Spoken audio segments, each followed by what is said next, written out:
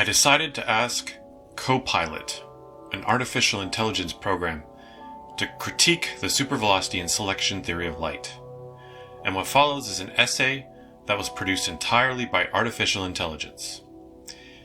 In response, I will be defending the supervelocity and selection theory of light against this robot with the assistance of human intelligence. So here's what Copilot had to say. The supervelocity and selection theory of light has sparked both curiosity and skepticism within the scientific community. While it presents an intriguing alternative to conventional ideas, several criticisms have been raised. 1. Lack of empirical evidence. Critics argue that the theory lacks substantial empirical evidence to support its claims. Unlike established theories such as special relativity, which have undergone rigorous experimental validation, the supervelocity and selection theory remains largely theoretical. 2. Violation of Lorentz invariance. The theory challenges the fundamental principle of Lorentz invariance, which states that the laws of physics remain unchanged under Lorentz transformations. By proposing a dynamic selection process for light waves, it introduces an observer-dependent element that contradicts this invariance. 3. Complexity and Occam's razor. Some scientists argue that the theory introduces unnecessary complexity. Occam's razor, a principle favoring simpler explanations, suggests that theories should not invoke additional entities or mechanisms without strong justification. Pulsar observations. The theory's prediction regarding pulsar rhythms in the Andromeda galaxy is contentious. Critics question whether these observations can truly validate or refute the theory. Lack of mainstream acceptance. The scientific community tends to be conservative in accepting new theories. Until the supervelocity and selection theory gains broader acceptance and undergoes rigorous testing, it remains on the fringes. In summary, while the theory offers a fresh perspective, it faces scrutiny due to its departure from established physics. Scientific discourse and further research will determine its fate in the realm of scientific ideas. Now, before I defend the supervelocity and selection theory of light against these criticisms from Copilot, I want to briefly clarify what the theory actually says with a thought experiment. Imagine that two observers are both looking at an extremely bright but distant star, such as Deneb. Now let's say that these two observers are separated in time. Both observers view Deneb from the same observatory, but one observes Deneb at 11 p.m. while the other observes Deneb at 3 a.m. While both observers are viewing Deneb from the same observatory, they each see different light in some sense, because the light that each observer sees actually left Deneb at two different times, which are 4 hours apart. The source is the same, but yet the light that is observed is different. Hence, the results of their observations could have been different. So, for example, a short-term event could occur on the star, and this event could be visible to one observer, but not to the other. Now let's say that these two observers are separated in space.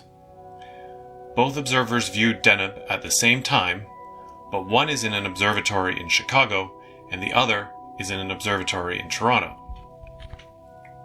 While both observers are viewing Deneb at the same time, they each see different light in some sense because the light that each observer sees traveled in a different direction from the star in order to reach each of them in their respective cities. The source is the same, but yet the light that is observed is different. Hence, the results of their observations could have also been different. So, for example, a local cloud could come and block the view of one observer without affecting the view of the other observer. Now let's say that these two observers are separated in velocity space. One observer is in a high-speed train moving at 300 kilometers per hour in the eastward direction, and the other observer is in a high-speed train moving at 300 kilometers per hour in the westward direction. The tracks for both trains run very close to one another, such that the two trains will pass within mere inches of one another while moving in opposite directions at high speeds. At that brief but special moment when the two trains pass within mere inches of one another, we can say that the two observers are close together in both time and space, but yet they are still separated by 600 kilometers per hour in velocity space. The traditional thinking goes that this separation in velocity space will have no independent effect on the observations. But what the supervelocity and selection theory of light says is that even if the two observers are in roughly the same place at the same time, they will still not be viewing the same light, provided that they are not in the same location in velocity space.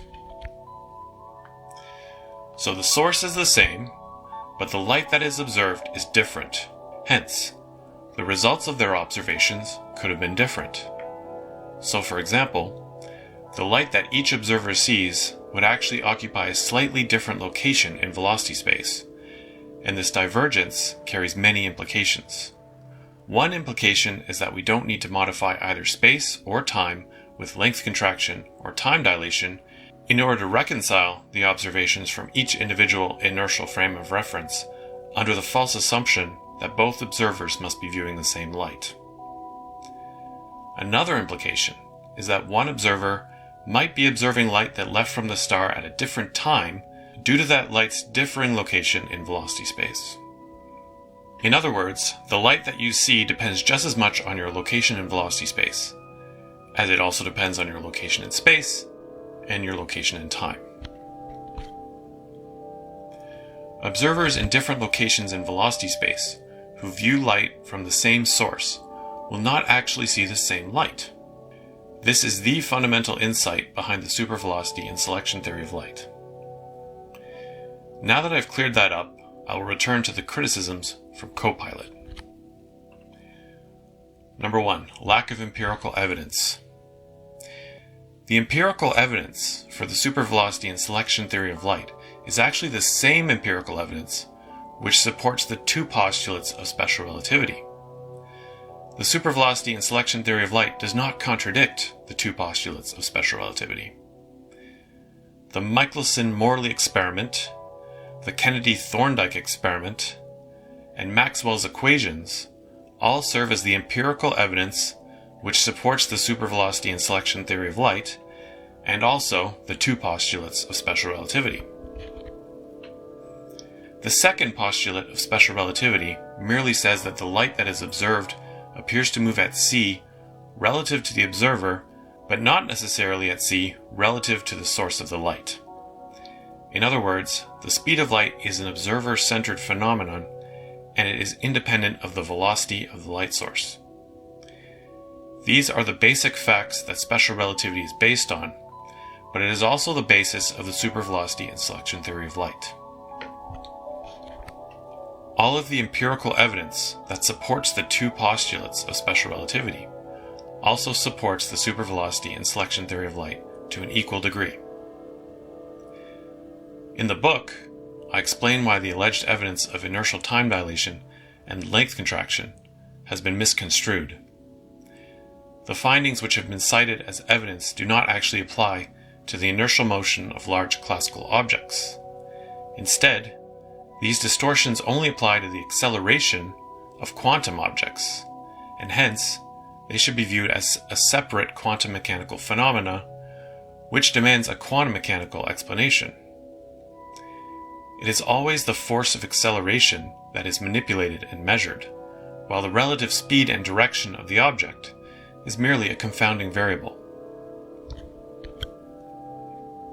However, I concede that as a new theory, the supervelocity and selection theory of light has yet to be subjected to empirical testing in such a way as to distinguish it from special relativity. This is a really good thing, however, because this is precisely how science should be done. The theory and the predictions must be solidified and set in place before it comes time to subject the theory to empirical testing. If we were to try it the other way around, then we would be engaging in pseudoscience, by molding and shaping the theory to fit the data in a post hoc manner. Number 2, violation of Lorentz invariance. Whether or not the supervelocity and selection theory of light actually contradicts Lorentz invariance is a matter of semantics, unfortunately, but I don't think that it does. The salient ambiguity in this case would be, what exactly do we mean by a law of physics? Is the value of the speed of light in a vacuum really a law of physics? I say no, it isn't. It can't really be. And by the same token, the direction of light as it moves through a vacuum cannot really be a law of physics either. According to the supervelocity and selection theory of light, light does not have any defined location in velocity space prior to its interaction with an observer. If we map out the observed speed of light in velocity space, then we always end up with a spherical bubble shape in velocity space with a radius of c, which is centered around the observer's location in velocity space. The observer-centered nature of this structure implies that it cannot be a law of physics, but merely a consequence of some deeper laws of physics. The supervelocity and selection theory of light is actually fully compatible with Lorentz invariance, because it says that light always moves in all speeds and in all directions, which is another way of saying that light is spread out in a superposition in velocity space.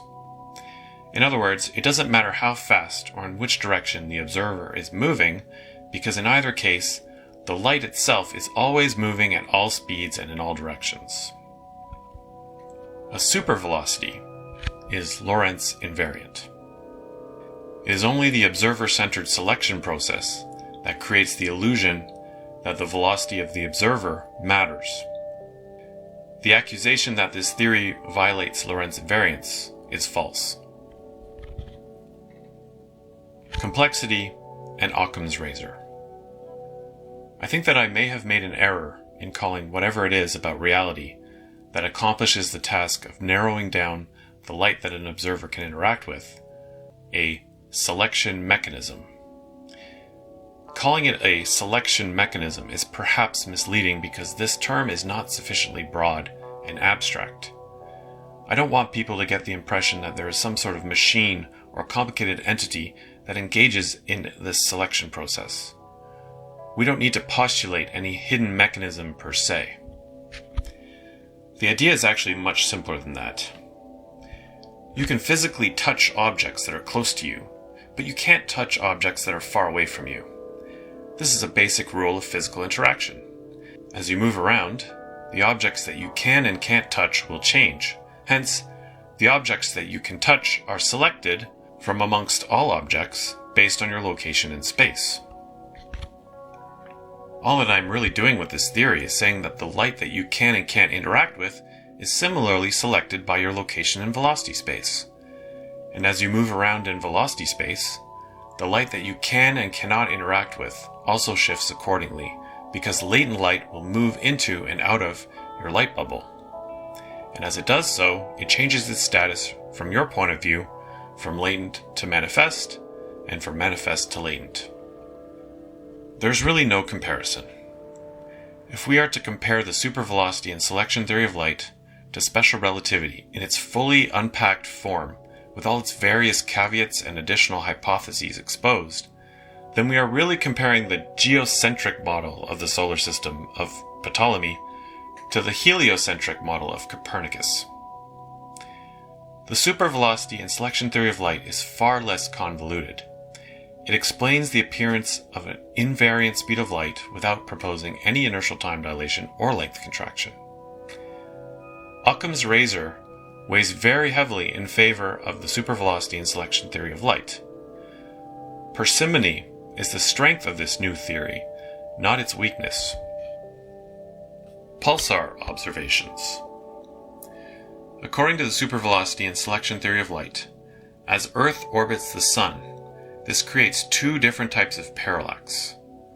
One type of parallax is due to our motion in space, while the other type of parallax is due to our motion in velocity space. The effect of this first type of parallax wanes with increasing distance, so it is easy to observe parallax from stars that are closer than 100 light years away, but it is nearly impossible to observe parallax for stars that are further than 1,000 light years away. But with respect to the second type of parallax, this effect actually becomes more pronounced with distance. So we should be able to easily observe this effect with stars that are further than 1,000 light years away, but the effect would be very subtle for stars that are closer than 100 light years away. The way that this new hypothetical parallax manifests is also radically different from the kind that we are familiar with. The first type of parallax manifests as a wobbling movement in space, which makes the stars appear to change their position in the sky. The second type of parallax manifests as a wobbling motion through time, which makes the stars appear to be alternately speeding up and slowing down their activity, much like with the phenomenon of time dilation. As Earth is accelerating away from the star should appear to be progressing through its activities at a faster rate. As Earth is accelerating towards the star should be appearing to progress at a slower rate, and in extreme cases, it should appear from our vantage point as though the star is actually moving backwards through time. It stands to reason that the easiest way to observe this predicted effect would be to observe stars which have both a known distance and some reliable way to measure the rate at which time is passing on the star. Distant pulsars and other variable stars would make ideal candidates for this observation. Now let's suppose that this temporal parallax effect is observed by someone this year. I don't know how anyone could possibly argue that this observation doesn't validate the theory. Such a statement is baffling to me. I get the distinct impression that Copilot is just blowing smoke here. Number 5. Lack of mainstream acceptance. I actually agree with this final criticism, and I would say that it is fairly self-evident. This is a new theory after all, and nobody suggested anything different.